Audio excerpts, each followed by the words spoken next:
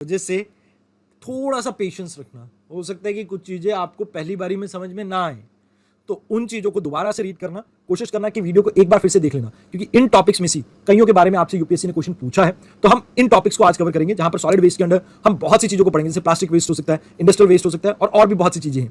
Construction sites के waste के बारे में हम पढ़ेंगे, लाइक आपके कमर्शियल साइट्स के वेस्ट एंड एवरीथिंग।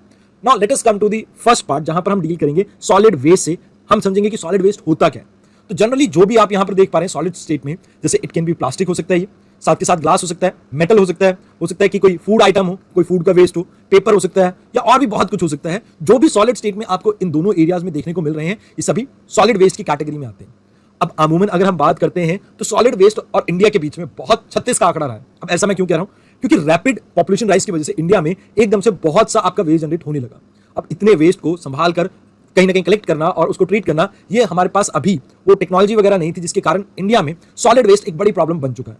अब जैसे अगर आप दिल्ली की बात करें तो दिल्ली के अलग अलग एरिया में आपको बड़े बड़े कूड़े के ढेर देखने को मिलते हैं। अब ऐसा क्यों है? क्योंकि दिल्ली में भी एकदम से आपको रैपिड अर्बनाइजेशन देखने को मिली, आसपास का जो पेरिफेरल एरिया है वहां पर पॉपुलेशन का इंक्रीज देखने को मिला, और जिसकी वजह से आज दिल्ली में हम प्रॉब्लम देख रहे हैं किसकी? सॉलिड वेस्ट मैनेजमेंट की। तो वैसे तो दो चीजें हैं जिसकी वजह से इंडिया में सॉलिड वेस्ट मैनेजमेंट अपने आप में एक प्रॉब्लम है। पहला है कलेक्शन। देखिए, वैसे तो इंडिया में कलेक्शन होता ही बहुत कम है, बट होता है जो, वो भी प्रॉपर कलेक्शन नहीं है। प्रॉपर क्यों नहीं है? आप देखिए 3-4 तरह के सेगमेंट में इस वेस्ट को डिवाइड कर सकते थे। जैसे ड्राई वेस्ट होता है, जैसे कागज के टुकड़े हो गए, मेटल पीसेस एंड ऑल, जो रिसाइकल हो सकते हैं, आप उनको अलग से सेग्रीगेट करते हैं। देन कुछ एक वेस्ट आपके इस तरह के होते हैं जो इजीली डीकंपोज हो जाते हैं, जैसे ऑर्गेनिक वेस्ट, तो उसे वेट वेस्ट में काउंट करते हैं और वो अलग से सेग्रीगेट होने चाहिए थे। देन मेडिकल वेस्ट अलग होने चाहिए थे, जैसे सैनिटरी नैपकिन हो सकते हैं और आपके और भी सैनिटरी पैड वगैरह और भी बहुत सी चीजें हो सकती हैं, तो वो अलग से आपने सेग्रीगेट करने थे। बट एक्चुअल में इंडिया में होता क्या है, एक ही डस्टबिन में हम सभी तरह के वेस्ट को डालते हैं, और जिसकी वजह से सेकंड सेट ऑफ प्रॉब्लम आपकी जनरेट होती है, दैट इज ट्रीटमेंट। अब ट्रीटिंग दीज मतलब जो पहले तो हमने कलेक्ट ढंग से किया ही नहीं, तो आधा वेस्ट हम कलेक्ट कर रहे हैं, और जो आधा वेस्ट हमने कलेक्ट किया उसे प्रॉपर साइंटिफिक मैनर में कलेक्ट नहीं किया, तो इसको ट्रीट करना हमारे लिए एक बड़ा टास्क हो जाता है, बड़ा लाइक प्रॉब्लम हो जाती है। तो ये दो मेजर रीजन है जिसकी वजह से अभी हाल फिलहाल में हमें सॉलिड वेस्ट की प्रॉब्लम देखने को मिल रही है। इसके अलावा आप और भी चीजें काउंट कर सकते हैं यहाँ पे, जैसे आप यहाँ पर ऐड कर सकते हैं पॉपुलेशन राइज, इसके अलावा अर्बनाइजेशन, साथ के साथ टेक्नोलॉजिकल जो फ्रंट है हमारा काफी वीक रहा है, वो भी एक कारण हो सकता है। देन फाइनेंसिस, उसके अलावा और भी बहुत से कारण है, बट लेट्स लाइक कहीं ना कहीं इन सभी चीजों को एक एक करके समझते हैं और बाकी पॉइंट्स को भी ऐड कर लेंगे धीरे धीरे। अब जैसे पॉपुलेशन 2 बंदे थे, अब 2 की जगह 4 हो गए, तो कहीं ना कहीं कूड़े का जो मात्रा है वो एकदम से इंक्रीज हुआ। अब आप सभी को पता होगा कि इंडिया में पॉपुलेशन एक्सप्लोजन देखने को मिला था 1970-80 के दशक में, और उसके बाद से जो सॉलिड वेस्ट है इसका जनरेशन एकदम से इंक्रीज हो गया। तो हम कहीं ना कहीं इस चीज के लिए तैयार नहीं थे, और जिसकी वजह से आज हम ये प्रॉब्लम फेस कर रहे हैं। उसके अलावा सेकंड चीज जो हम देखते हैं यहाँ पे, अनप्लान्ड अर्बनाइजेशन। इंडिया में सबसे बड़ी चीज, जो सबसे बड़ी प्रॉब्लम है, दैट इज अनप्लान्ड अर्बनाइजेशन, जिसकी वजह से there is no scientific method जिससे हम वेस्ट को कलेक्ट कर सके, रिसाइकल कर सके। We do not have the like ideal conditions. अब अनप्लान्ड अर्बनाइजेशन की वजह से ही तो ट्रैफिक जाम जैसी भी प्रॉब्लम हमें देखने को मिलती है। सेम उसी की वजह से आपको प्रॉब्लम देखने को मिलती है वेस्ट कलेक्शन की भी। तो यहां पर आप ये समझ के चलिए कि अगर अर्बन प्लानिंग बेटर वे में हुई होती तो इससे कहीं ना कहीं एंड रिजल्ट बेटर रहता, क्योंकि हम पहले ही साइंटिफिकली उन चीजों को तैयार कर लेते कि कैसे हम वेस्ट को मैनेज करेंगे इतने बड़े एरिया में। Then if we talk about technical front, तो आप देखिए कि कुछ इंडिया में सिटीज ऐसी भी हैं जहां पर आपको स्वच्छता अभियान के अंडर लाइक बहुत क्लीननेस देखने को मिलती है, और कुछ सिटीज ऐसी भी है जहां पर कूड़े के ढेर लगे हुए हैं। तो पर्टिकुलरली कुछ एरिया में तो हमने टेक्नोलॉजी को अडॉप्ट कर ली है। अब ऐसा है कि टेक्नोलॉजी इंडिया में इनबिल्ट भी है, लाइक इंडिजिनसली भी हम बिल्ड कर सकते हैं, उसमें थोड़ा टाइम लगता है, but we can have this thing कि हम जो वर्ल्ड लेवल पे या आप ये कह सकते हैं ग्लोबल लेवल पे रिकॉग्नाइज प्रैक्टिसेस है, बेस्ट प्रैक्टिसेस, हम उनको कहीं ना कहीं इंडिया के कंटेक्स्ट में फिट कर सकते हैं। ऐसा नहीं कि सेम वही चीज हम उठाकर इंडिया में डेवलप कर दें, हमें इंडिया के कंटेक्स्ट के अकॉर्डिंगली उसे मैनेज करके और फिर डेवलप करने की जरूरत है। Then if we talk about finances, आपको सभी को पता है कि अर्बन लोकल बॉडीज है, इनको काम तो बहुत सा दिया गया है, बट एक्चुअल में इनको पावर नहीं है। Power in the form of 3 things, fund, functionary and finances. ना इनके पास इतना फंड है कि ये अपने जैसे वेस्ट सेग्रीगेशन एंड इनके ट्रीटमेंट प्लांट को रन कर सके, तो पहली प्रॉब्लम तो फंड ही। दूसरी प्रॉब्लम आ गई फंक्शनरीज, मतलब इतनी मैन पावर भी नहीं है कि जो इस तरह के इतने ज्यादा वेस्ट को कहीं ना कहीं रोक सके, या आप ये कह सकते हैं कलेक्ट कर सके। तो ये दूसरी प्रॉब्लम है, फंड, फंक्शनरी एंड फंक्शंस। अब फंक्शंस में इनके पास लाइक कुछ एक पार्ट इनके पास है, कुछ एक स्टेट गवर्नमेंट के अंडर आता है, तो कहीं ना कहीं होलिस्टिक मैनर में उसे हम अचीव नहीं कर पाते टारगेट को। तो ये प्रॉब्लम है आपकी सॉलिड वेस्ट के साथ कि like we have certain inherit problems, और उनको कहीं ना कहीं हम अभी ठीक नहीं कर पा रहे हैं, जिसकी वजह से इंडिया में सॉलिड वेस्ट मैनेजमेंट अपने आप में एक बड़ा इशू बनने वाला है आने वाले टाइम में। Now if we talk about sources, क्या क्या सोर्सेज है आपके इस पोल्यूशन के, बट कुछ स्ट्रैटेजिक आपकी डेफिनेशंस देख लेते हैं। तो इन जनरल अगर हम बात करें तो जो भी आपका डिस्कार्डेड मटेरियल होता है उसे हम वेस्ट कहते हैं। अब ये कई फॉर्म में हो सकते हैं, जैसे सॉलिड, लिक्विड, सेमी सॉलिड या आपकी गैसियस फॉर्म में। तो यहां पर हमारा फोकस है सिर्फ और सिर्फ सॉलिड सेगमेंट पे, क्योंकि लिक्विड और सेमी सॉलिड वगैरह हम ऑलमोस्ट पढ़ चुके हैं। जैसे स्मोक था आपका, वो सेमी सॉलिड है, लाइक स्मोक प्लस फॉग, वो उस कैटेगरी में आ गया। गैसियस भी हम पढ़ चुके हैं। तो अब हमारा सिर्फ और सिर्फ सॉलिड सेगमेंट बचा है जिसके ऊपर हमारा फोकस है, और ये जनरेट होता है इंडस्ट्रीज के कारण भी, कमर्शियल सेक्शंस के कारण भी, माइनिंग के कारण, एग्रीकल्चर एक्टिविटीज के कारण और साथ के साथ कम्युनिटी एक्टिविटीज के कारण। अब इनको एक एक करके हम समझते हैं। अगर हम बात करें इंडस्ट्रीज की, तो इंडस्ट्रियल और कमर्शियल की बात करें तो लगभग आप एक चीज ही समझते होंगे, बट इंडस्ट्रियल और कमर्शियल में फर्क है। जैसे आप किसी मॉल में जाते हैं, दैट इज कमर्शियल बिल्डिंग, और वहां पर जो वेस्ट जनरेट हो रहा है वो कमर्शियल सेगमेंट में है, बट इंडस्ट्रीज में all together different set of waste आपका जनरेट होता है। तो कमर्शियल और इंडस्ट्रियल वेस्ट अलग अलग सेगमेंट में आते हैं।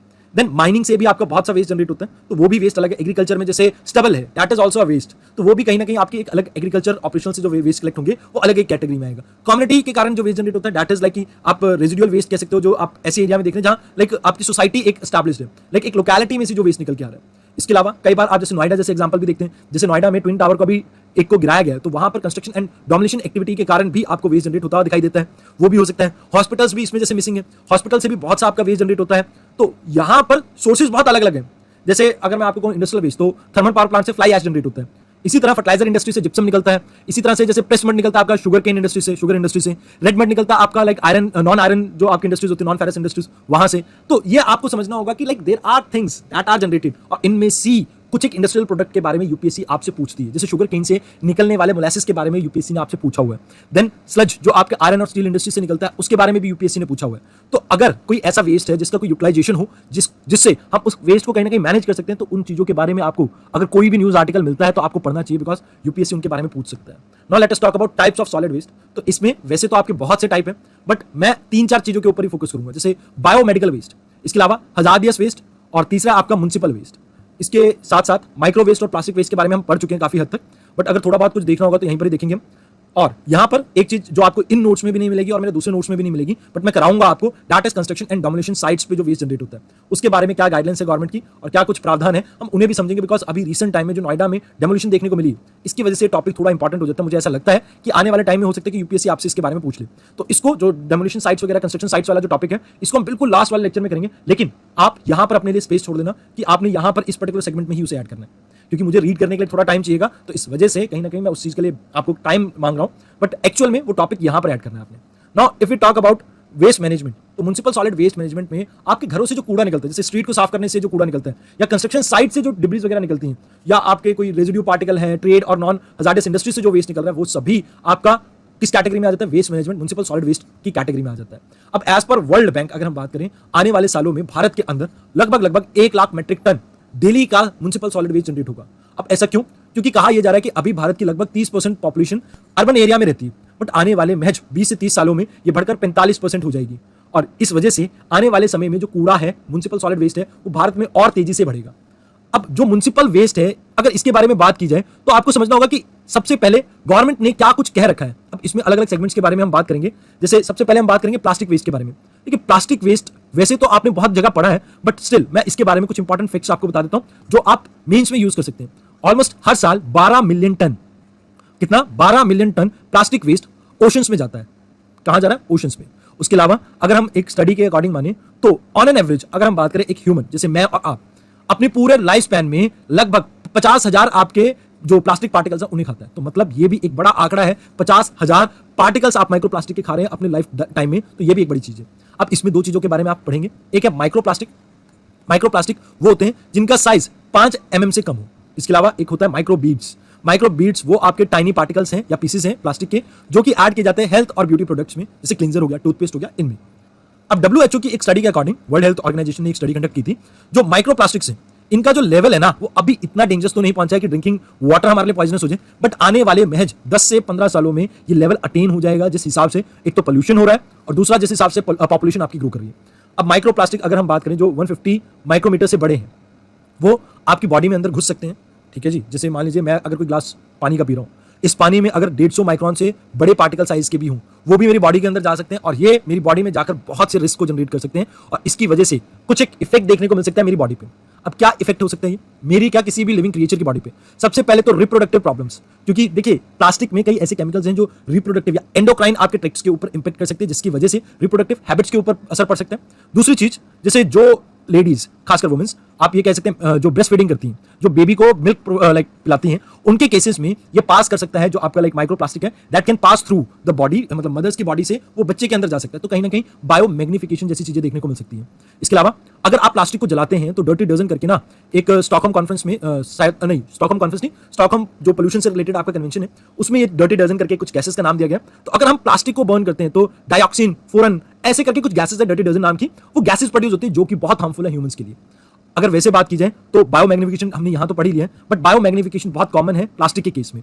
साथ के साथ जो आप अर्बन फ्लडिंग के किस्से सुनते हैं या न्यूज सुनते हैं, उसके लिए अभी मेजरली आपका ये रिस्पॉन्सिबल है प्लास्टिक, बिकॉज ये ड्रेन को ब्लॉक करता है। अब जब ड्रेन ब्लॉक हो जाती है, इसकी वजह से जो एक्चुअल कैपेसिटी है उस ड्रेन की वाटर कैरिंग वो डिक्रीज हो जाती है, और इसकी वजह से आप देखते हैं कि जो आपका लाइक अर्बन एरिया है वो फ्लडिंग का शिकार होता है। देन अगर सॉइल में माइक्रोब्स जो देखने को आपको मिलते हैं वो कहीं ना कहीं कम हो सकते हैं इन टॉक्सिक कहीं ना कहीं केमिकल्स के कारण। अगर ये जो टॉक्सिक केमिकल ज्यादा रिलीज होंगे, इसकी वजह से प्रॉब्लम ये होगी कि जो भी आपके लाइक बैक्टीरिया वगैरह इन केमिकल्स को अब्जॉर्ब करेंगे, उनकी डेथ तक हो सकती है। साथ के साथ फाइनल जो प्रॉब्लम आपको देखने को मिलती है, जो सॉइल है, सॉइल की प्रोडक्टिविटी को डिक्लाइन करता है आपका प्लास्टिक, और सॉइल को बंजर तक बना सकता है, डेजर्टिफिकेशन जैसी प्रॉब्लम को एनहेंस कर सकता है। अब इसी में एक और टाइप का प्लास्टिक होता है जो आप फ्रिक्वेंटली नाम सुनते रहते हैं, पॉलीब्लेंड। अब ये फाइन पाउडर आपका लाइक रिसाइकल्ड प्लास्टिक वेस्ट है जिसको हम मिक्स करते हैं बिटुमिन के साथ, और इसके थ्रू हम रोड्स की कंस्ट्रक्शन करते हैं। अब रोड्स की कंस्ट्रक्शन के यूज का फायदा क्या है? देखिए, एक तो जो हम प्लास्टिक के जो वेस्ट का इंपैक्ट देख रहे थे, वो इंपैक्ट हमें कम देखने को मिलेगा ह्यूमन पॉपुलेशन या लिविंग क्रिएचर्स के ऊपर, पहली चीज। दूसरी चीज, इनसे जो रोड बनते हैं, जैसे ये पॉलीब्लेंड एक पाउडर फॉर्म में हमने मिक्स कर दिया अपने रोड़ी बजरी के साथ, तो ये वाटर रिपेलेंट है, जिसकी वजह से आपकी जो सड़क है उनकी ड्यूरेबिलिटी काफी इंक्रीज हो जाती है। मतलब पहले की तुलना में आपकी सड़क जो है वो ज्यादा लंबे समय तक चलेगी, तो कॉस्ट इफेक्टिव रहता है। तो एक तो वेस्ट मैनेजमेंट हो गया, इकोनॉमिक हो गया, तो इन दोनों की वजह से पॉलीब्लेंड अक्सर आपका न्यूज में रहेगा, तो इसके बारे में आपको पता होना चाहिए। Now let us talk about plastic waste management rule 2016 के बारे में। अब प्लास्टिक वेस्ट मैनेजमेंट रूल के बारे में शायद मेरे को ऐसा लगता है कि हमने पहले पढ़ा है, बट अगर फिर भी देख लेते हैं एक बार इनको भी। सीपीसीबी एक्चुअल में ये प्लास्टिक वेस्ट के बारे में कुछ डिसीजन ले रहा है, जैसे जहां पर हम ये देखते हैं कि लाइक सिंगल यूज प्लास्टिक को मिनिस्ट्री ऑफ एनवायरमेंट ने बैन कर दिया, उसे इंप्लीमेंट करने की जो जिम्मेवारी है वो किसको दी? सीपीसीबी को।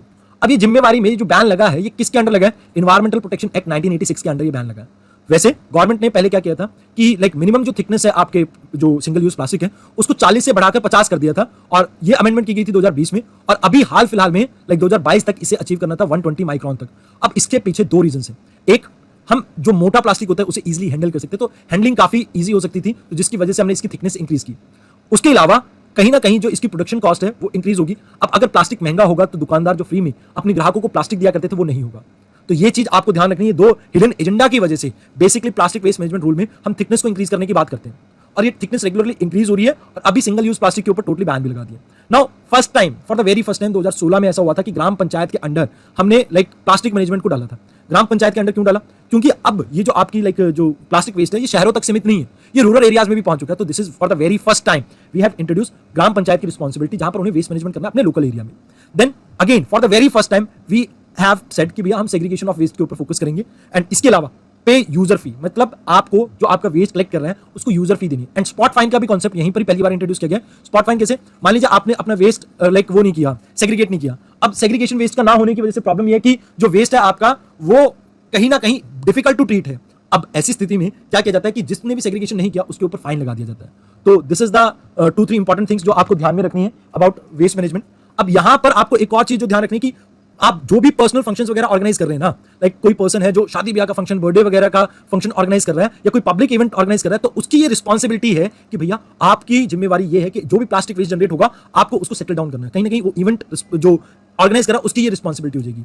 नाउ इसके अलावा एक्सटेंडेड प्रोड्यूसर रिस्पॉन्सिबिलिटी जो है वो भी एक कॉन्सेप्ट है, जहां पर ये कहा गया कि भैया लोकल बॉडीज के ऊपर है कि कैसे जो वेस्ट जनरेट कर रहे हैं, जो कमर्शियली जो वेस्ट जनरेट कर रहे हैं, उनके ऊपर किस तरह की जिम्मेवारी लगानी है कि वो वेस्ट को कहीं ना कहीं लाइक रोकने की कोशिश करें, या ऐसा करें कि अपने वेस्ट को ढंग से मैनेज करें। तो एक्सटेंडेड प्रोड्यूसर रिस्पॉन्सिबिलिटी उन ऑर्गेनाइजेशन के ऊपर लगाई गई है, एंड ये टर्म यहां पर भी मेंशन की गई है, और ई वेस्ट के बारे में जब हम बात करेंगे वहां पर भी ये चीज मेंशन की गई है।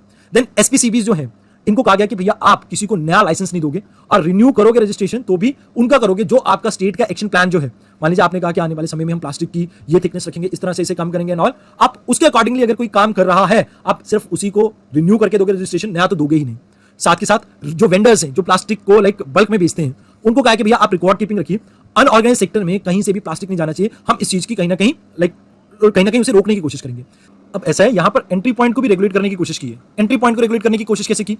अब जैसे प्लास्टिक बैग्स हैं, बेसिकली वेंडर्स के पास से आपके पास आते हैं, तो यहां पर लाइक कहा गया कि जो भी आपकी कमोडिटीज वगैरह है, अगर कोई प्लास्टिक बैग में प्रोवाइड करता है तो इनके ऊपर फाइन तक लग सकता है 1 लाख रुपए का। इसके अलावा जो भी वेंडर्स प्लास्टिक बैग प्रोवाइड करते हैं उन्हें रजिस्ट्रेशन फी कहीं ना कहीं भरनी होगी, तभी वो कर सकते हैं ऐसा, अदरवाइज इसके लिए भी फाइन का प्रावधान है। यहां पर 2016 के प्लास्टिक वेस्ट मैनेजमेंट पॉलिसी के अंडर हमने ये भी कहा था कि भैया जो थर्मोस्टैट प्लास्टिक होते हैं, अब थर्मोस्टैट प्लास्टिक आप सभी सोच रहे होंगे कि क्या होते हैं। तो जैसे फ्राई पैन या कुकर आपने कभी यूज किया हो, तो कुकर के जो पीछे हैंडल लगा होता है ना काला सा, जैसे ऐसे कुछ हैंडल टाइप्स होता है काला सा, यहाँ पर एक नट होता है, यहाँ पे होता है। तो ये जो हैंडल जिस प्लास्टिक का बना हुआ है, ये होता है थर्मोस्टैट प्लास्टिक, जो एक बार एक जगह आपने जमा दिया तो जमा दिया, इसके बाद ये रिसाइकल नहीं हो सकता। तो इसके लिए भी गाइडलाइन बनाने की बात की गई थी इसके अंडर। अब फेजिंग आउट करने की बात की गई थी, जो मल्टीलेयर आपका प्लास्टिक है उसको लाइक आने वाले समय में कैसे हम फेज आउट कर सकते हैं, और इसको रीअफर्म किया गया हमारे द्वारा 2018 की एक बार फिर से जो हमने अमेंडमेंट की थी उसमें भी। अब सीपीसीबी ने कहा कि भैया हम एक सेंट्रलाइज रजिस्ट्रेशन करेंगे, जहां पर मान लीजिए एक आपका जो कंपनी है जो दो स्टेट्स में काम कर रहा है, एक या दो स्टेट में, उसको तो एक ही जगह पे रजिस्ट्रेशन करनी है। जैसे 1 और 2 स्टेट में काम कर रहा है तो कहीं ना कहीं एक छोटा ब्रांड है, आप क्या करिए स्टेट लेवल पे रजिस्टर कर लीजिए। बट मान लीजिए अगर कोई 2 से ज्यादा स्टेट में काम कर रही है आपकी ऑर्गेनाइजेशन, जो बड़ा ब्रांड है प्लास्टिक में, उसको सीपीसीबी के साथ कहीं ना कहीं रजिस्ट्रेशन करनी होगी, और कैसे वो वेस्ट को मैनेज करेगा इसके बारे में भी उनसे बात करनी होगी। देन अमेंडमेंट रूल 2020 में है, जहां पर हमने कंपोस्टेबल प्लास्टिक के ऊपर भी कहीं ना कहीं फोकस करने की या प्रमोट करने की बात की है। अब यहां पर हमने क्या किया है कि जो भी हमारे रिन्यूएबल मटेरियल्स हैं, जैसे कॉर्न हो गया, पोटैटो हो गया या सेलुलोज हो गया, इससे जो हम वेस्ट जनरेट मतलब जो प्लास्टिक जनरेट कर रहे हैं उसके ऊपर फोकस करने की बात करते हैं, सो दैट इंडिया में जो डीकंपोजेबल प्लास्टिक है उसको हम प्रमोट कर सकें। अब देखिए ये तो होगी प्लास्टिक वेस्ट की बात, कैसे इसका सोल्यूशन ढूंढेंगे, लास्ट में इसके बारे में भी बात करेंगे, don't worry about it. Now let us talk about solid waste management rule 2016 के बारे में। अगेन मिनिस्ट्री ऑफ एनवायरमेंट ने नोटिफाई किया है ये रूल्स। अब यहां पर सेग्रीगेशन की बात की जा रही है सॉलिड वेस्ट में भी, कि आपका सॉलिड और जो आपका जैसे सॉलिड में ड्राई, वेट और जो मेडिकल वेस्ट है उनको अलग करने की बात की गई है। आप कलेक्शन और डिस्पोजल कैसे करेंगे, सैनिटरी नैपकिन, इसके बारे में, सैनिटरी वेस्ट, इनके बारे में भी कुछ गाइडलाइंस इशू की गई है। कलेक्ट बैक स्कीम्स, जो पैकेज जो वेस्ट क्रिएट होता है, जैसे मान लीजिए आप अमेजॉन से कुछ मंगाते हैं, वहां से जो वेस्ट जनरेट हुआ प्लास्टिक वगैरह कुछ भी, उसके लिए कलेक्ट बैक स्कीम के बारे में भी यहाँ पर बात की गई है। यूजर फी, जो आप जैसे वेस्ट को कलेक्ट कर रहे हैं उसको कलेक्ट करने के लिए पैसा पे करना पड़ेगा, उसके बारे में भी बात हुई है यहाँ पे। जो कंपोस्ट वगैरह है इनको प्रमोट करने की बात की गई है। वेस्ट टू एनर्जी, कहीं ना कहीं इस चीज को भी प्रमोट करने की बात की गई है। Then if we talk about hilly area में वेस्ट मैनेजमेंट कैसे करें, आपका जो सेंट्रल मॉनिटरिंग कमेटी है उसे एक बनाने की बात की गई है। तो देयर आर सर्टेन थिंग्स जो यहाँ पर मेजर हाईलाइट के अंदर हम देख सकते हैं। मतलब ये हाईलाइट्स आपने इसी तरह की प्लास्टिक वेस्ट की भी आप क्रिएट कर सकते हो, जहां पर आपको पता हो कि एटलीस्ट किन किन चीजों के बारे में बात हुई है, सो दैट अगर रिवीजन करनी हो, आपको पूरी चीज याद ना भी हो, बट आपको याद हो कि वेदर इसके बारे में आपके लाइक वेस्ट मैनेजमेंट पॉलिसी में बात हुई है या नहीं। अब कहीं ना कहीं इन सारों की हाइलाइट्स के बारे में अगर आपको पता होगा ना, तो प्री और मेंस में जब भी आपको कोई क्वेश्चन आता है तो आप इजीली उसको एड्रेस कर सकते हैं, बिकॉज आपको ये पता है कि मेजर किन बिंदुओं पे बात हुई है। अब जैसे सेग्रीगेशन एट सोर्स की बात करें तो यहां पर वेस्ट टू वेल्थ के बारे में हमने बात की है, यानी कि RRR के बारे में हमने बात की है।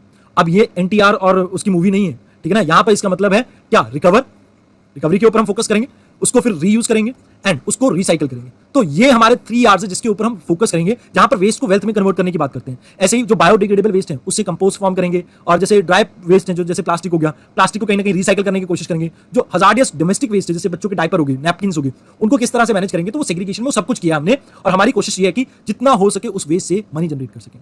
अब इंस्टीट्यूशनल जनरेटर्स जो हैं जैसे बड़ी बड़ी मार्केट्स, होटल्स, मॉल्स, इनको कहा है कि भैया आप अपना सेग्रीगेशन करेंगे और वेस्ट मैनेजमेंट करेंगे एज पर लोकल बॉडी की गाइडलाइंस के according. Then collection of sanitary napkin, अगर इसकी कलेक्शन और डिस्पोजल की बात करें तो जो ब्रांड ओनर है जैसे स्टे फ्री हो गया या अलग अलग आपके ब्रांड्स हैं, उनको कहा गया है कि भैया आप अवेयरनेस जनरेट करो, एक पाउच प्रोवाइड करो जिसके अंदर सैनिटरी नैपकिन को डाल के डिस्पोज ऑफ किया जा सके। बिकॉज कई बार ऐसा होता है कि जो डॉग्स वगैरह होते हैं वो नॉर्मल लिफाफे को खोल देते हैं सैनिटरी नैपकिन्स के, और इनमें बहुत से बैक्टीरियाज होते हैं जिसकी वजह से जो आपका थोड़ा बहुत भी कूड़ा है, मान लीजिए लाइक घर की सब्जी वगैरह और बाकी चीजें आप जो देख रहे हैं, अब इनके ऊपर अगर कोई बैक्टीरियल इन्फेक्शन वगैरह का जो ब्लड है या कुछ डर्टी ब्लड है वो फैल जाता है, तो इससे इन्फेक्शन के चांसेस फैल जाते हैं। जैसे डोमेस्टिक डॉग्स में हो सकता है या आपके स्ट्रे डॉग्स में हो सकता है, और स्ट्रे डॉग किसी को काटे उसमें फैल सकते हैं। तो उस चीज को अवॉइड करने के लिए प्रॉपर पाउच वगैरह एक पैकिंग मैकेनिज्म के बारे में बात की गई है यहाँ पे, सो दैट हम जो ये लाइक हजार्डियस वेस्ट में कन्वर्ट हो जाता है आपका सारा वेस्ट, उस चीज को अवॉइड कर सके। देन कलेक्ट बैक स्कीम की अगर हम बात करें तो ब्रांड ओनर्स जो हैं उनको ये कहा गया है कि भैया आप कलेक्ट करें अपना जो भी वेस्ट आप जनरेट कर रहे हैं। अब जैसे मान लीजिए मैंने एक फोन लिया सैमसंग का, मैं शोमी बोलने लगा था पहले, बट चलो सैमसंग का फोन लिया मैंने, और इस फोन को अगर मैंने मान लीजिए end of life dispose of कर रहे हैं, तो हर जगह पे जैसे लाइक ई वेस्ट में भी ये बात कही है और यहाँ पर भी कि आप कोई ऐसी स्कीम लेके आइए जिससे जो दुकानदार है वो वापस उस चीज को ले ले और जो वेस्ट जनरेशन है वो कम हो सके। तो इसके ऊपर भी फोकस करने को कहा गया है। देन यूजर फी और स्पॉट फाइन, ये दोनों चीजें यहाँ पर भी इंट्रोड्यूस की गई हैं जो प्लास्टिक वेस्ट में भी आपको देखने को मिलती हैं। मान लीजिए लोकल बॉडी डिसाइड करेगी कितना पैसा लेना है किसी इंसान से जो सेग्रीगेट करके अपना वेस्ट दे रहे हैं। जैसे अमूमन मेरे शहर में शायद 100 रुपए के आसपास है। Then if we talk about कि अगर कोई खुले में कचरा फेंकता हुआ दिखाई दिया तो उसकी तरफ जीरो टॉलरेंस रहेगा। कोई कचरा जला रहा है, बर्न कर रहा है सॉलिड वेस्ट को, उस तरफ भी हमारा कोई टॉलरेंस नहीं है, मतलब उसको उसी टाइम स्पॉट फाइन देना होगा। अगर कोई सेग्रीगेट नहीं करता है वेस्ट को, उसको भी स्पॉट फाइन देना होगा। Now waste processing and treatment की अगर बात की जाए तो बायोडिग्रेडेबल वेस्ट को उसको प्रोसेस करके हम लाइक कंपोस्टिंग के थ्रू या बायोमेथिनेशन के थ्रू या डिकम्पोजिशन के थ्रू हम उसको कहीं ना कहीं चेंज करें, कन्वर्ट करें, जिससे लाइक रिसोर्स, लाइक कोई एनर्जी हम जनरेट कर सकें या खाद जनरेट कर सके, उसके ऊपर हमारा फोकस होना चाहिए। साथ के साथ जो आपका लाइक स्पेशल इकोनॉमिक जोन्स हैं या इंडस्ट्रियल स्टेट्स हैं, वहां पर एटलीस्ट आप 5% एरिया, मान लीजिए 100 एकड़ का एक प्लांट है तो इसका 5 एकड़ यानी 5 प्लॉट वगैरह का एरिया आप सिर्फ रिकवरी और रिसाइकलिंग फैसिलिटी के लिए छोड़ देंगे। इससे बेनिफिट ये है कि रिसाइकलिंग के लिए आपको कहीं बाहर नहीं जाना पड़ेगा, एट सोर्स ही वो हो सकेगा। देन अगर बात करें कंपोस्ट की, तो कंपोस्ट को प्रमोट करने की तो बात की है, मार्केट डेवलप करने की बात की है कि जहां पर आप कंपोस्ट को बेच सकें। यहां हम जो केमिकल फर्टिलाइजर्स की कंपनी है उन्हें कह रहे हैं कि आप इंश्योर कीजिए कि मिनिमम केमिकल और फर्टिलाइजर्स का इस्तेमाल हो, लो कंपोस्ट का इस्तेमाल करें। इसके ऊपर हम कैसे प्रमोट कर सकते हैं, इसको आप फोकस कीजिए। Then promotion of waste to energy. अब ये एक सिंपल सा कॉन्सेप्ट है, सभी इंडस्ट्रियल यूनिट्स को ये कहा गया है कि भैया आप फ्यूल जो भी है, मान लीजिए कोई ऐसी इंडस्ट्री है जहां पर आप ब्रिक बना रहे हैं, लाइक ब्रिक मेकिंग इंडस्ट्री है आपकी, तो उस भट्ठे में आप क्या करेंगे, आप को फायर कीजिए जो आपका म्युनिसिपल सॉलिड वेस्ट है। उनको अलग से जलाने से तो प्रॉब्लम रहेगी, आप कोल जला रहे हैं उसकी जगह पर अगर इन भट्टों में इन चीजों का इस्तेमाल कर लेंगे तो ये आपको हेल्प करेंगे। अब इससे दो बेनिफिट है, पहला एक तो आप फ्यूल जनरेट कर लेंगे, ठीक है जी, और दूसरा आप जो लाइक कार्बन डाइऑक्साइड वैसे प्रोड्यूस हो रही थी कोल से, सेम ही प्रोड्यूस कर रहे हैं, बट आपकी वेस्ट की प्रॉब्लम कहीं ना कहीं सॉर्ट आउट होगी है, उस चीज में हमें बेनिफिट मिलेगा। तो हमें कोशिश करनी कि 5% फ्यूल को with in next 6 month replace कर सके विद दिस आपकी को फायरिंग वाले प्रोसेस के थ्रू। अब इसके अलावा जो हिली एरिया ना, उसके बारे में ये कहा गया कि भैया अगर आपको लैंड फिलिंग के लिए प्रॉपर जगह नहीं मिलती, सेंट्रल फिलिंग के लिए प्रॉपर जगह नहीं मिलती, तो आप प्लेन एरिया में जाइए जो विद इन 25 किलोमीटर के अंदर हो, आप वहां पर इस प्रोसेस को ट्रांसफर कर सकते हैं। इसके अलावा सेंट्रल मॉनिटरिंग कमेटी तो बनाने की बात की ही है, कुछ आपकी गाइडलाइंस और भी हैं, जैसे रिवर्स है, इनके 100 मीटर तक यानी 100 मीटर के आसपास तक आप कुछ भी वेस्ट डंपिंग वगैरह का नहीं कर सकते हैं। 200 मीटर के आसपास तक आप कोई पॉन्ड है या लेक है उसके आसपास भी नहीं कर सकते हैं। अगर हम बात करें एयर बेस की, तो 20 किलोमीटर तक एयर बेस के आप किसी भी तरह का लाइक इस तरह का प्रोसेस नहीं चला सकते हैं। एंड लास्ट जो हैबिटेशन वगैरह है, ह्यूमन सेटलमेंट है, उसके 500 मीटर तक भी ऐसी चीजें नहीं कर सकते हैं। तो इन जनरल अगर हम बात करें तो ये कुछ ना कुछ आपके प्रावधान निकाले गए हैं। और ये जो जैसे मॉनिटरिंग कमेटी है, इसके बारे में बता दूं, इसके चेयरपर्सन होंगे आपके लाइक मिनिस्ट्री ऑफ एनवायरमेंट के जो हेड होंगे। तो इन जनरल ये कुछ एक चीजें कहीं ना कहीं हमने डेवलप करने की कोशिश की है, स्ट्रीमलाइन करने की कोशिश की है। अब देखते हैं इन टोटल की क्या होता है क्या नहीं होता, but yes we are trying to develop कि कुछ ना कुछ हम लाइक वेस्ट जनरेशन में कमी ला सकें। ना कुछ स्पेशल प्रोविजन है वेस्ट मैनेजमेंट हिली एरिया की, मैंने आपको बताई दी है। अब इसके बाद हजारियस वेस्ट के बारे में हम बात करेंगे, बट साथ के साथ जान लेते हैं कंपोजिट वेस्ट मैनेजमेंट इंडेक्स के बारे में। अब ये क्या है, ये 2.0 अभी आया था, इसका ये लॉन्च किया था आपके नीति आयोग ने, अभी रिसेंटली रिलीज किया नीति आयोग ने। इसमें हम स्टेट्स एंड यूटीज को कहीं ना कहीं एक कॉम्पिटिटिव फेडरलिज्म की तरफ लेके जाते हैं, जहां पर कैसे वो वेस्ट मैनेजमेंट में हेल्प कर सकते हैं, एफिशिएंटली यूज कर सकते हैं अपने रिसोर्सेज को, उसके बारे में एक इंडेक्स क्रिएट किया गया। इसके बाद दूसरा इंडेक्स जो आप याद रखेंगे वो है स्वच्छ सर्वेक्षण। कहीं ना कहीं ये आपको पता होगा कि रैंकिंग की जाती है हर एक सिटी की यहाँ पर। तो 2023 का ये इंडेक्स है जो मिनिस्ट्री ऑफ आपका जो हाउसिंग है वो इसको पब्लिश करती है। 2016 में इसकी शुरुआत हुई थी, और यहाँ पर हम कैसे सैनिटेशन को इंप्रूव कर सकते हैं अर्बन एरिया में, ये हमारा फोकस है। और इसका फोकस अभी पहली बार प्लास्टिक वेस्ट में भी था इस बारी की सर्वेक्षण में। इसके अलावा वेस्ट मिनिमाइजेशन सर्कल्स के बारे में भी मैं आपको बता देता हूं, जो हेल्प करते हैं स्मॉल और मीडियम क्लस्टर्स, इंडस्ट्रियल क्लस्टर्स को, कि कैसे वो अपने इंडस्ट्रियल वेस्ट को कम कर सकें। और इसमें असिस्ट कर रहे हैं इनको जो क्लस्टर डेवलपमेंट में world bank plus ministry of environment. अब यहाँ पर इसे इंप्लीमेंट कर रही है आपकी नेशनल प्रोडक्टिविटी काउंसिल, जो कि न्यू दिल्ली बेस्ड आपकी ऑर्गेनाइजेशन है। और यहाँ पर हम जो सिटीजन हैं और एनजीओज हैं, इनके रोल्स को भी कहीं ना कहीं अच्छी तरह से जानते हैं। Now let us talk about कि कैसे हम इन सॉलिड वेस्ट को कम कर सकते हैं। उसके बाद हजारियस वेस्ट के ऊपर आएंगे, बिकॉज वो इन टोटल एक डिफरेंट आपका जोनर है। तो land filling is one of the most common method जिसके थ्रू हम वेस्ट मैनेजमेंट करने की सोचते हैं। अब क्या होता है यहाँ पे, मतलब एक गड्ढा खोदा हमने, हम गड्ढा खोदने के बाद उसके अंदर वेस्ट डंप करते हैं और बस ये हमारा प्रोसेस रहता है। तो इससे कंसर्न ये है कि कई बार जो हेवी मिनरल्स हैं या आपके जो हजारियस मिनरल्स हैं, इनकी लीचिंग देखने को मिलती है, और इसकी वजह से जो सॉइल है, जो वाटर है, आप उनको भी पल्यूट कर देते हैं। तो वैसे तो ये चीपेस्ट फॉर्म है, बट स्टिल मतलब ओवरऑल देखा जाए तो इन्वायरमेंट फ्रेंडली नहीं है। अब इसके बाद ओपन डंप्स आते हैं, जहां पर आप इवन खड्डा भी नहीं खोदते हैं। आप क्या करते हैं कि लाइक एक एरिया है, वहां पर खुले में ही अनट्रीटेड वेस्ट को, अनकवर्ड वेस्ट को डंप करते रहते हैं, कोई सेग्रीगेशन, कोई कुछ नहीं। जैसे आपको दिल्ली में लाइक जब चंडीगढ़ से दिल्ली आप एंटर करते हैं, वहां पर एक पहाड़ देखने को मिलता है ना, तो सेम वो जो डंपिंग है ओपन में, दैट इज कहीं ना कहीं वो ओपन डंपिंग का पार्ट है आपका। इसी के अलावा एक और टाइप ऑफ लैंड फिलिंग आती है, that is sanitary land filling. अब यहाँ पर ज्यादा हाइजीनिक मेथड में हम कहीं ना कहीं लैंड फिलिंग को परफॉर्म कर रहे हैं। इसमें हम बिल्ड कर रहे हैं इसे कि लीचिंग ना हो, जैसे नीचे कंक्रीट वगैरह या कुछ इस तरह के प्रावधान को हम रखते हैं, जिससे जो हैवी मिनरल्स हैं वो सॉइल में नीचे ना जाए और वो जाके लाइक ना सॉइल को पल्यूट करें और ना आपके वाटर को। तो कहीं ना कहीं वो थोड़ा बेटर वे है सैनिटरी आपकी जो लैंड फिलिंग है वो। देन इनकार्नेशन, अगर इंसिनरेशन के बारे में बात करें, सॉरी, इंसिनरेशन का मतलब क्या होता है, बर्न कर रहे हैं हम किसी चीज को। अब यहाँ पर बर्न करते हुए हम क्या कर रहे हैं, हाई टेम्परेचर का यूज कर रहे हैं। क्या यूज कर रहे हैं, हाई टेम्परेचर का। अब इससे जो हीट, मतलब जो आपकी एनर्जी है, वो हीट एनर्जी बहुत ज्यादा है, जिससे जो सॉलिड वेस्ट है इसका कोई भी रेजिड्यू पीछे नहीं बचता है। मींस जितने भी आपके इन्फेक्टियस वेस्ट होंगे, जो मेडिकल वेस्ट की हम बात करेंगे, वो सभी इसके थ्रू ही आप ट्रीट करेंगे।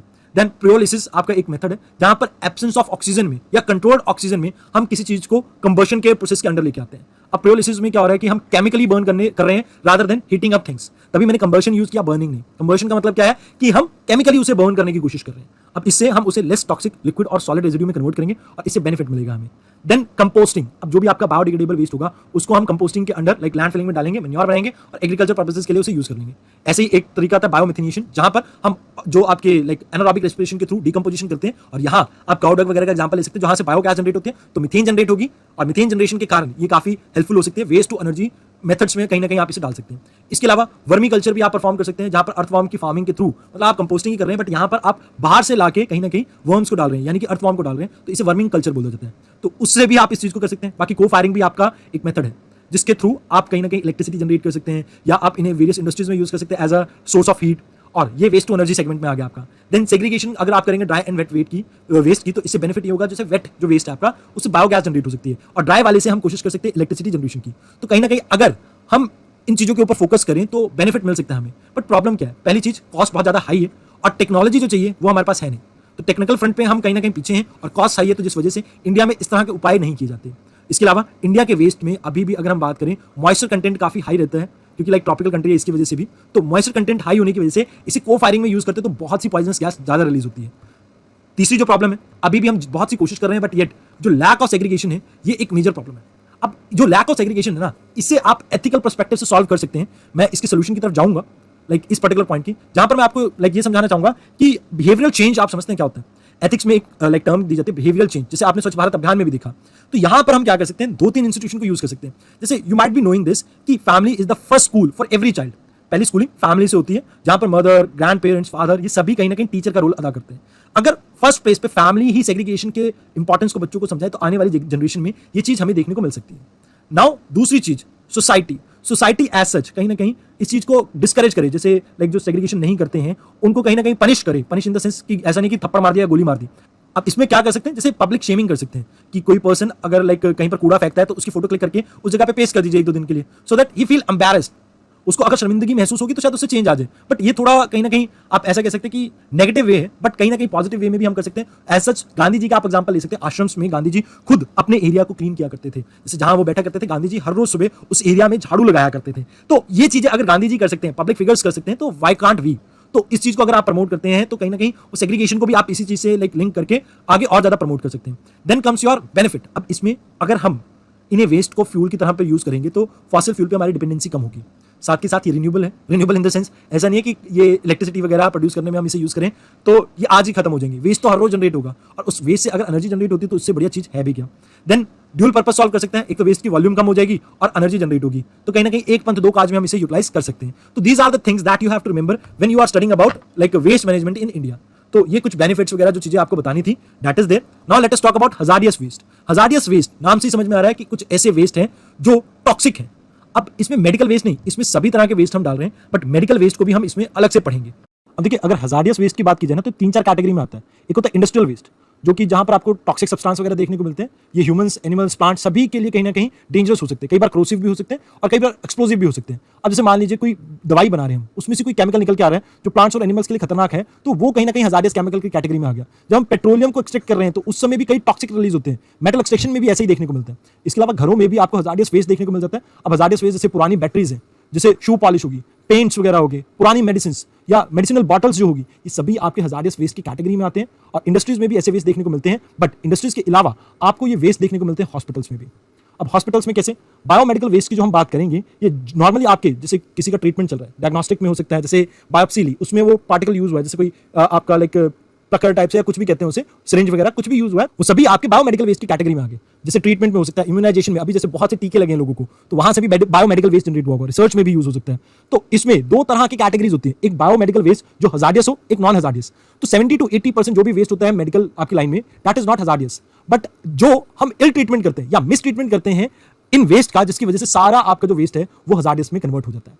तो ये वेस्ट मैंने जैसा आपको कहा, डायग्नोसिस के टाइम, ट्रीटमेंट, इम्यूनाइजेशन या रिसर्च के टाइम कहीं भी जनरेट हो सकता है। It can be in the form of वो सॉलिड वेस्ट हो सकता है, डिस्पोजेबल वेस्ट हो सकता है, एनाटॉमिकल वेस्ट हो सकता है, कल्चरल वेस्ट हो सकता है, एनीथिंग, कुछ भी, केमिकल, सिरिंज, कुछ भी हो सकता है वो। It can be human excreta as well. But इसमें हर वेस्ट आपका इन्फेक्टियस नहीं है, बट जो इन्फेक्टियस वेस्ट है वो कहीं ना कहीं हमारे लिए एक प्रॉब्लम का सबब है।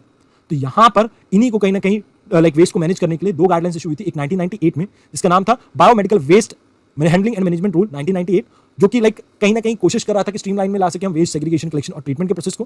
बट इसको अब और ज्यादा दुरुस्त करने के लिए हम लेके आए हैं बायोमेडिकल वेस्ट मैनेजमेंट रूल 2016।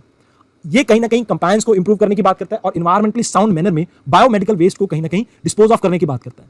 अब बायोमेडिकल वेस्ट जो भी जनरेट होगा हॉस्पिटल्स में, नर्सिंग होम्स में, क्लिनिक्स में, डिस्पेंसरीज में, कहीं भी, उसमें आप क्लोरीनेटेड प्लास्टिक बैग्स जो होते हैं जिसमें ब्लड को स्टोर करते हैं, उसके अलावा और लाइक ग्लव्स वगैरह जहां पर आप इनका क्लोरीन का यूज करते थे, उनको फेज आउट करने की बात की थी 2019 तक। यानी कि ऑलरेडी फेज आउट हम कर चुके हैं। अब जो भी आपकी हेल्थ केयर फैसिलिटी है लाइक अभी के टाइम पे इस रूल के पब्लिश होने के बाद विद इन 2 साल, यानी अभी दो साल हो चुके हैं इस चीज को इंप्लीमेंट हुए, इन्हें एनुअल रिपोर्ट देनी होगी, मतलब सालाना एक रिपोर्ट पब्लिश करनी होगी जिसमें ये बताएंगे कि कैसे बायोमेडिकल वेस्ट मैनेजमेंट रूल को इंप्लाई कर रहे हैं, कहीं ना कहीं लाइक अपने यहां पर ये इंप्लीमेंट कर रहे हैं कैसे। इसके अलावा operator of common biomedical waste जो होगा, लाइक जहां पर आपको कॉमनली, जैसे मान लीजिए 3-4 हॉस्पिटल्स का बायोमेडिकल वेस्ट एक ही जगह पे जा रहा है, तो वहां पर कुछ गाइडलाइंस वगैरह इशू की गई है आपके सेंट्रल पोल्यूशन बोर्ड के द्वारा, उसे आपको इंप्लीमेंट करना होगा। यानी कि यहां पर कहा गया कि आप बार कोडिंग कीजिए ताकि मुझे ये पता रहे कि ये कौन से हॉस्पिटल का वेस्ट है, ताकि कल को अगर कोई प्रॉब्लम होती है, किसी के वेस्ट से कुछ भी इन्फेक्शन वगैरह फैलती है, तो हमें पता हो कि कौन सा हॉस्पिटल इसके लिए रिस्पॉन्सिबल है, किसने ठीक से इसको डिस्पोज ऑफ नहीं किया। दूसरा जीपीएस हो, ताकि हमें पता रहे कि ये वेस्ट कहां से कहां तक मूव कर रहा है, किस पोजीशन पे पहुंच चुका है, तो ये कहां पर डंप किया गया, इन सभी के बारे में हमें पता रहना चाहिए। Then state pollution control board और पोल्यूशन कंट्रोल कमिटीज, इनको कहा है कि भैया आप कहीं ना कहीं रिव्यू कीजिए, एनालाइज कीजिए। मींस जो भी आपकी इंफॉर्मेशन सीपीसीबी को भेजी जाएगी हेल्थ केयर फैसिलिटी के द्वारा, उनको कहीं ना कहीं ये क्या करेंगे, एनालाइज करेंगे, रिव्यू करेंगे और कंपाइल करेंगे।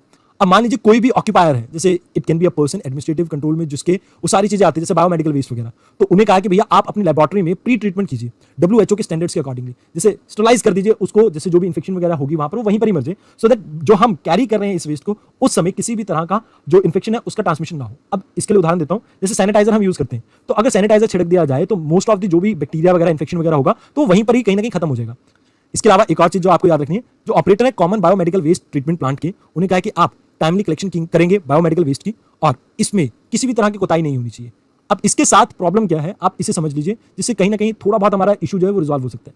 85%, मैंने कहा था ना 80 to 85% जो आपका वेस्ट है वो नॉन हजार्डियस होता है, बट इम्प्रॉपर हैंडलिंग के कारण इन्फेक्शन बहुत ज्यादा बढ़ जाती है। इसमें जो आपका 100% वेस्ट है वो फिर जो माइक्रोब्स हैं उनके साथ भरा हुआ होता है। अब इससे जो आपकी सुपर बग्स हैं या एंटी माइक्रोबियल रेजिस्टेंट जो बग्स हैं वो ज्यादा डेवलप होंगे। मान लीजिए एक पर्सन है जिसको पोलियो था, उस पोलियो वाले पर्सन का बायोमेडिकल वेस्ट ढंग से ट्रीट किए बिना ही डिस्पोज ऑफ किया, अब उसके कॉन्टैक्ट में कोई और पर्सन आएगा, चाहे वो इम्यूनाइज हो, बट कहीं ना कहीं जो वायरस है उसके इवॉल्व करने की प्रोबेबिलिटी बहुत हाई रहेगी इसमें, और प्रोबेबिलिटी हाई होने के कारण बहुत सा नुकसान हो सकता है हमें।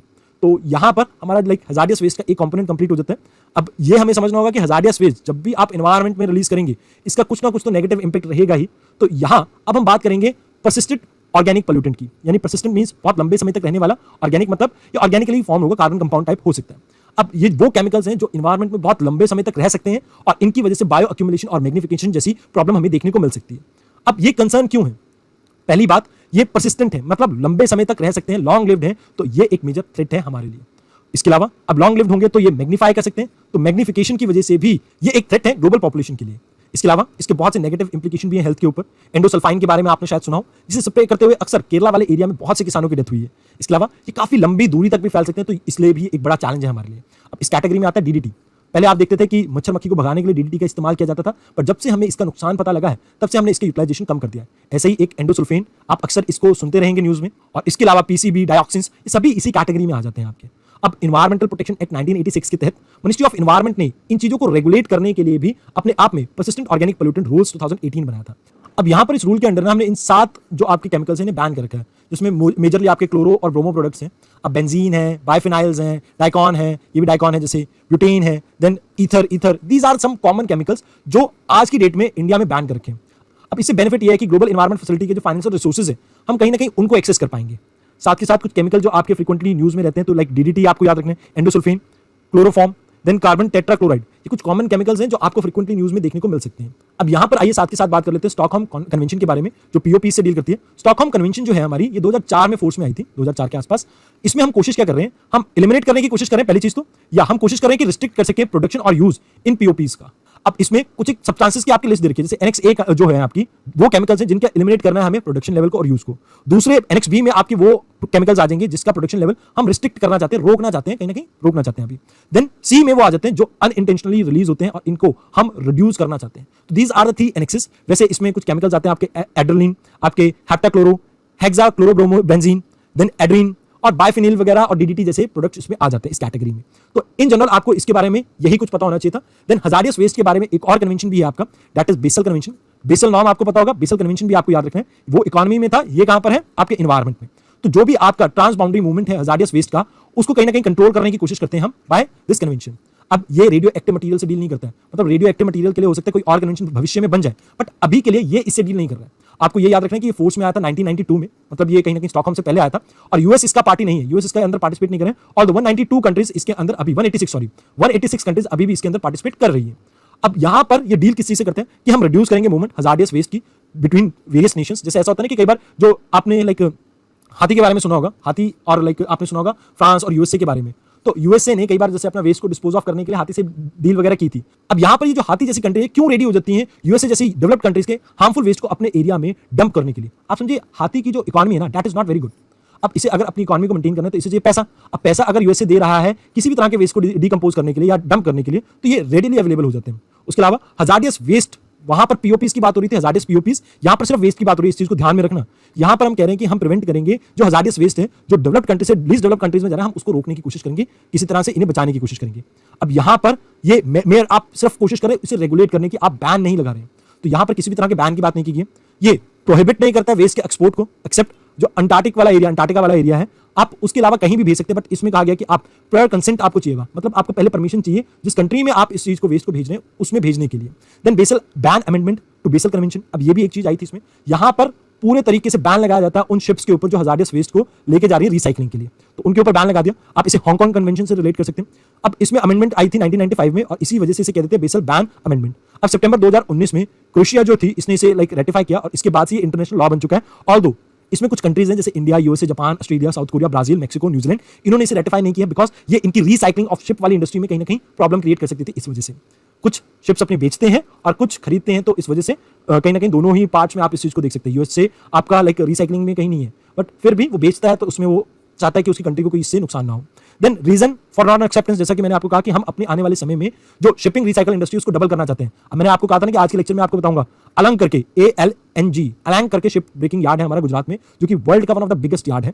तो ये आपको याद रखना कि हम उस इंडिया में रिसाइकलिंग की कैपेसिटी डबल करना चाहते हैं, तो इस वजह से हम बेसल कन्वेंशन का जो बैन अमेंडमेंट है उसे रेटिफाई नहीं कर रहे हैं। Then comes your Rotterdam. अब रोटरडम जो है आपका, ये आपने देखना है कि लाइक लीगली बाइंडिंग है। ये क्या है? लीगली बाइंडिंग है, इस चीज को याद रखना। देन इसमें भी प्रायर इंफॉर्मेशन कंसेंट के बारे में बात की गई है हजार्डियस केमिकल और पेस्टिसाइड की मूवमेंट से पहले। मींस यहां पर आप मूवमेंट तो करवा सकते हैं, बट एक शेयर्ड रिस्पांसिबिलिटी है जिसको हम प्रमोट करने के लिए इंफॉर्मेशन को ओपनली एक्सचेंज करेंगे, लेबलिंग करेंगे जो भी प्रोडक्ट को हम भेज रहे हैं कि कैसे आप इसे सेफली हैंडल कर सकते हैं, और परचेजर को फर्स्ट हैंड पे ही पता होना चाहिए कि भैया ये मेरी कंट्री में बैन है, अगर आप खरीदना चाहते हो तो खरीदो, नहीं खरीदना चाहते तो ना खरीदो। तो सिग्नेटरी को अलाउ करना है या बैन करना है वो उसके ऊपर है। इसके एनेक्स 3 में वो केमिकल्स आते हैं जो बैन कर रखे हैं, और सीवियरली इनका हेल्थ इंप्लीकेशन देखने को मिलता है, और ऐसे एनेक्स 3 में इसके 55 केमिकल्स हैं, 55 प्लस केमिकल आ जाते हैं, हर साल कुछ ना कुछ ऐड होते हैं। अगर कोई ऐड होता है तो आपको याद रखना है कि कौन सा केमिकल इसमें ऐड हुआ है। अब आपको पता होना चाहिए कि इन कन्वेंशन के लाइक मीटिंग्स कब कब होती है, तो इन जनरल इन तीनों को BRS कन्वेंशन कहा जाता है, और इसकी ज्वाइंट मीटिंग होती है आपकी जिनेवा स्विट्जरलैंड में। तो ये आपने याद रखना, जिनेवा स्विट्जरलैंड में होती है, एंड जनवरी और फेब के बीच में 2021 में हुई है। आने वाली रिसेंट टाइम में जब भी होगी तो आप अपने नोट्स में से अपडेट कर लेना। इस बार का थीम था इसका clean planet, healthy people, sound management of chemical and waste.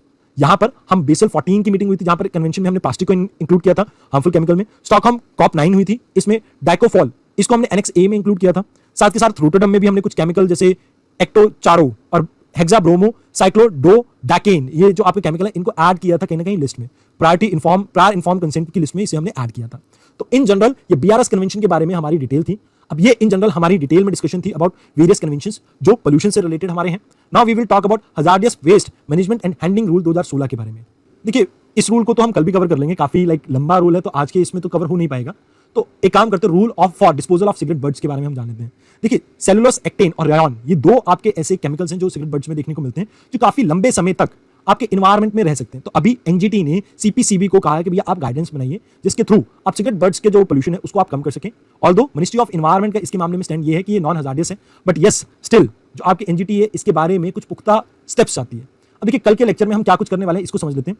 कल हम एक तो ई वेस्ट के बारे में पढ़ेंगे, साथ के साथ हजार्डियस वेस्ट के जो रूल्स हैं इनके बारे में देखेंगे, और प्रीवियस ईयर क्वेश्चंस को डिस्कस करेंगे। तो ये 3 टॉपिक के बाद हमारा जो पोल्यूशन टॉपिक है लगभग कवर हो जाएगा। एंड एक बार मेरे को चेक करके बता देना कि क्या हमने स्टॉकहोम कॉन्फ्रेंस के बारे में पढ़ लिया है या नहीं। अगर नहीं पढ़ा है तो आने वाले लेक्चर में हम उसे भी कवर कर लेंगे, आपने लेकिन उसे भी यहीं पर ऐड करना है। अगर वैसे तो मेरे को ऐसा लगता है कि मैंने आपको करा दिया है, बट इन केस अगर नहीं करवाया है तो उसे आप यहां पर भी लिंक कर सकते हैं, और चाहे तो क्लाइमेट चेंज के जब बारे में बात करेंगे तो वहां पर भी लिंक कर सकते हैं। अब यहां पर इस टाइमलाइन को एक बार देख लेते हैं फिर से, जिसको हम बार बार डिस्कस कर रहे हैं, क्योंकि काफी इंपॉर्टेंट रहने वाली है टाइमलाइन आपकी रिवीजन के लिए भी। तो एक आप लाइन ड्रॉ कर लीजिए, जहां पर स्टार्टिंग की थी हमने 1750 के आसपास से, जहां पर इंडस्ट्रियल रेवोल्यूशन देखने को मिला था। फिर 1911 से लेके 45 तक के बीच में आपको वर्ल्ड वॉर्स देखने को मिली थी, जिसकी वजह से आपकी दुनिया में बहुत सा नुकसान हुआ था। एक बहुत से लोग मर गए थे, साथ के साथ बहुत सी बायोडाइवर्सिटी लॉस भी देखने को मिला था। फिर 1948 आता है, यहां पर स्टार्ट होता है IUPN। IUPN की फुल फॉर्म थी international union for protection of nature. अब यहां पर इसे काम दिया जाता है कि आप देखिए कि ह्यूमन का क्या इंपैक्ट है नेचर के ऊपर। तो 1956 में पता लगता है कि बहुत ज्यादा इंपैक्ट है, तो अपना ये नाम चेंज करके IUCN कर लेता है, कंजर्वेशन ऑफ नेचर, यानी international union for conservation of nature. अब 56 के बाद एकदम से आपका लाइक WWF आ जाता है, क्योंकि अब हमें पता लगता है कि हमारे को पैसों की जरूरत है, जिसके बिना हम अपने जो टास्क है उसको कंप्लीट नहीं कर पाएंगे। तो यहां से आपकी शुरुआत होती है लाइक कंजर्वेशन के सभी प्लान्स वगैरह की। और तो इसके बीच में भी आपकी एक लाइन है जिसके बारे में हम पढ़ चुके हैं पूरा कंप्लीटली, तो इसको भी देख लेते हैं। जैसे यहां पर 1959 में आपको देखने को मिला था, पैरेलल यूनिवर्स में एक चीज चली थी। IUCN को यूनेस्को ने कहा कि भैया आप नेशनल पार्क्स की लिस्ट बनाइए जो इंटरनेशनल लेवल पे हम पब्लिश कर सकें। देन 1971 में आपको दो चीजें देखने को मिलती हैं, इन दोनों चीजों के बारे में एक साथ बात कर लेते हैं। 1964 में सबसे पहले आपका यहां पर एक चीज देख लीजिए जो आपको याद रखनी है। 1964 में आपकी एक red data book list publish की थी IUCN ने, जिसके बारे में हम डिस्कस कर चुके हैं। 1971 दो चीजें एक साथ हुई थी, एक तो रामसर कन्वेंशन आया था और यहां पर आपका मैप प्रोग्राम शुरू हुआ था। देन 1972 यहां पर भी दो चीजें हुई थी, आपकी UNESCO world heritage convention start हुई थी, जहां पर हम कहीं ना कहीं ये नेचुरल साइट, ये आपकी मैन मेड साइट और मिक्स साइट, इन सभी के बारे में बात करते हैं। 1972 में आया था ये, और उसी समय स्टॉकहोम कॉन्फ्रेंस हुई थी और इससे एक दिन पहले ही UNEP का भी गठन हुआ था। तो ये इंपॉर्टेंट चीजें थी। देन 1975 के आसपास आपको एक चीज देखने को मिलती है, दैट इज साइट्स कन्वेंशन, जो डील करता है इंडेंजर्ड स्पीशीज की ट्रेडिंग में। देन इसको इंप्लीमेंट करने के लिए एक ऑर्गेनाइजेशन बनाई जाती है जिसका गठन किया गया था 1976 में। ऑल्दो यहां पर इसका नाम है ट्रैफिक, जिसकी फुल फॉर्म मेरे को आज तक नहीं समझ में आई कि ट्रैफिक कैसे बनी। ठीक है जी। इसके बाद 1979 के आसपास आपको बॉर्न कन्वेंशन देखने को मिलता है, जिसे CMS भी बोला जाता है, माइग्रेटरी स्पीशीज से डील करता है बॉर्न, ये आता है। देन 1979 के बाद, सॉरी ये 1979 है, इसके बाद 1980s में हम करते हैं वर्ल्ड कंजर्वेशन स्ट्रैटेजी डेवलप, जो कि WWF, IUCN, यूनेस्को और UNEP ने मिलकर डेवलप की थी। इसके बाद 1987, जिसके बारे में आने वाले लेक्चर्स में हम बात करने वाले, फ्रंटलाइन कमीशन की रिपोर्ट आई थी। एंड 1988 में लाइन ड्रॉ कर देते हैं, 1987 फ्रंटलाइन कमीशन की जो रिपोर्ट आई थी, आर कॉमन फ्यूचर, तो ये फ्रंटलाइन कमीशन रिपोर्ट आ गई। देन 1988 में आपकी WMO ने और इसके साथ UNEP ने मिलकर IPCC का गठन किया था, जिसके बारे में आने वाले कुछ लेक्चर्स में हम बात करने वाले हैं। देन यहां पर 89 में इन्होंने अपनी पहली रिपोर्ट पब्लिश कर दी थी। 1989 में IPCC की पहली रिपोर्ट आई थी, और इस पहली रिपोर्ट में हमें ह्यूमन के कारण जो नेचर के ऊपर इंपैक्ट देखने को मिल रहा है उसके बारे में पता लगता है। देन 1992 में आपका रियो अर्थ समिट होता है। रियो अर्थ समिट से कई चीजें निकल के आती है। सबसे पहली तो निकल के आती है आपकी UNCBD, जिसके बारे में हमने पढ़ चुके हैं। इसके बाद आता है आपका UNCCD, इसके बारे में भी हम पढ़ चुके हैं। आने वाले दिनों में हम पढ़ने वाले हैं UNFCCC के बारे में, यानी क्लाइमेट चेंज से रिलेटेड जो आपकी समिट है उसके बारे में। और इसके अलावा एक और समिट निकली थी Rio+5 के नाम से, Rio+10 के नाम से। ये समिट आपकी कंजर्वेशन ऑफ, या आप ये कह सकते हैं सस्टेनेबल डेवलपमेंट के बारे में डील करती है, तो इसके बारे में भी हम पढ़ेंगे आने वाले लेक्चर्स में। इसके अलावा यहां से आपकी टाइमलाइन में एक और चीज आप ऐड करेंगे जो कि आज हमने कवर की है, जिसमें 1992 में ही आप एक पैरेलल यूनिवर्स ड्रॉ करेंगे और यहां पर आप मार्क करेंगे बेसल कन्वेंशन को। किसको? बेसल कन्वेंशन को। इसके अलावा आप पैरेलल यूनिवर्स में 2004 को मार्क करेंगे और 4 में आप लिखेंगे अबाउट स्टॉकहोम कन्वेंशन। आप इसको भी ध्यान में रखना। देन इससे पहले आपका रोटरडम कन्वेंशन आया था, यहां पर 1998 में आप मार्क कर लेना रोटरडम कन्वेंशन। और ऑल्दो मैं आपको एक और चीज कह देता हूं, UNCBD वगैरह में इसमें अगर कोई इंपॉर्टेंट चीज आप मार्क करना चाहते हैं तो इसे फर्दर स्ट्रेच करके आप मार्क कर लेना, सेम डेजर्टिफिकेशन के लिए भी। बट UNFCCC यानी कि क्लाइमेट चेंज से रिलेटेड जो आपका कन्वेंशन होगा, इसमें हम बहुत से कॉन्फ्रेंस के बारे में बात करेंगे, तो आप डेफिनेटली उसका चार्ट लाइन या टाइमलाइन खुद से ड्रॉ कर लेना, क्योंकि मैं इसके आगे फर्दर जगह नहीं ले पाऊंगा। तो आप क्या करना, एक टाइमलाइन ड्रॉ कर लेना जिसमें आप फर्दर UNFCCC के इंपॉर्टेंट चीजें जो निकल के आएंगी अलग अलग कॉप्स में, आप उसे लिख लेना। तो वो चीज आप ध्यान देना। और आज के इस लेक्चर में इतना ही। धन्यवाद।